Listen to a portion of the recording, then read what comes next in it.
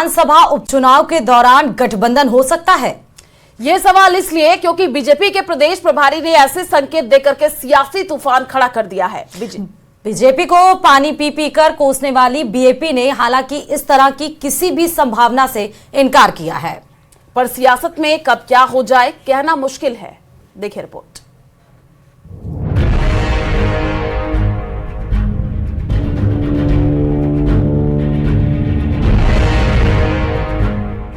बाप के आदिवासी बेल्ट में बढ़ते जनाधार से बीजेपी परेशान है। 84 सीट पर होने जा रहे उपचुनाव के जरिए बीजेपी बाप से नजदीकियां बढ़ाने की कोशिश कर रही है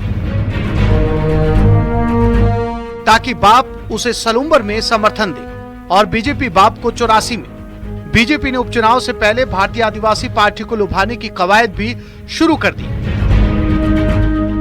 पहला बयान राधा मोहन दास अग्रवाल का आया है। अग्रवाल ने बाप से नजदीकियां बढ़ाने की कोशिशों की तरफ इशारा किया है। राजकुमार राउत जी एक नौजवान है। राजकुमार राउत जी ने पहले वो ट्राइबल पार्टी में थे, फिर उन्होंने अलग होकर के आदिवासी पार्टी बनाई है और एक नौजवान की तरह कोशिश कर रहे हैं कि वो भील समाज के बीच में कोई जागरूकता पैदा करें। धीमे धीमे उनकी समझ में आ जाएगा कि जो कुछ काम वो करना चाहते हैं कांग्रेस की गोद में बैठ करके नहीं होने वाला है। ये काम तो मोदी जी ही करते हैं। बीजेपी के लिए सलूम्बर की सीट नाक का सवाल है।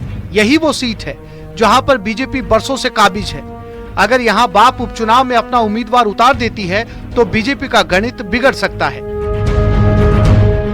बीजेपी चाहती है कि सलूम्बर सीट पर उसकी जीत का सिलसिला कायम रहे, इसलिए वो बाप से गठबंधन की संभावनाएं तलाश रही हैं। बाप की इस समय वांगड़ में आंधी है, इसलिए वक्त की नजाकत को भांपते हुए बीजेपी ने बाप के सामने दोस्ती का हाथ बढ़ाया है, पर पहला रेस्पॉन्स कोई ज्यादा असरदार नहीं दिखा।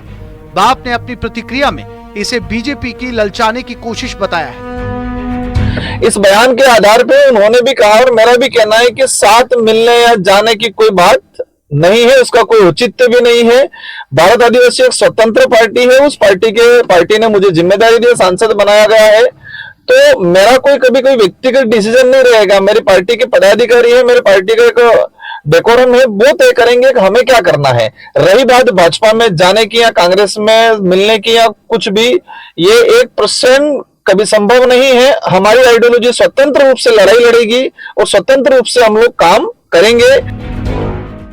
बाप इसके जरिए अपने काडर को ये साफ साफ संदेश देना चाहती है कि उसे गठबंधन की इतनी कोई जल्दबाजी नहीं है। बाप अभी जल्दबाजी नहीं दिखाना चाहती। उसे बहुसंख्यक आदिवासियों के साथ अपने काडर को भी भरोसे में लेना है। बाप को यकीन है कि उसका जनाधार मजबूत हुआ है, कमजोर नहीं।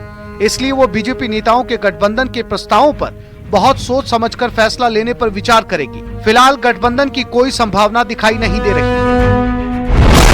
क्या है गठबंधन को लेकर पेच? विचारधारा को लेकर बाप और बीजेपी में टकराव।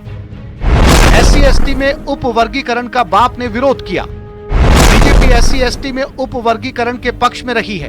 पहले भी कांग्रेस चुनाव में बाप को समर्थन दे चुकी है। 84 में बाप जीत पक्की मानकर चल रही है। सलूम्बर में अगर कांग्रेस बाप को समर्थन दे देती है तो सलूम्बर बाप की जीत की संभावनाएं बढ़ सकती है। राउत जी जो सांसद बने हैं वो हम कांग्रेस के हमारे गठबंधन से बने हैं और वो आदिवासियों की पीड़ा जानते हैं। वो भारतीय जनता पार्टी के पक्ष में कभी नहीं जाएंगे और अगर जाएंगे तो इससे बड़ा दुर्भाग्य उनके लिए कभी नहीं होगा।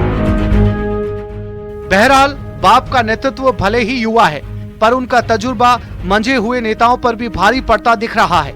बीजेपी के पहले ही प्रयास को कहीं समर्थन मिलता हुआ नजर नहीं आ रहा, लेकिन कांग्रेस इस पूरे सीन में बाप के आगे घुटने टेकती नजर आ रही है। बाबूलाल धायल, न्यूज़ 18, जयपुर।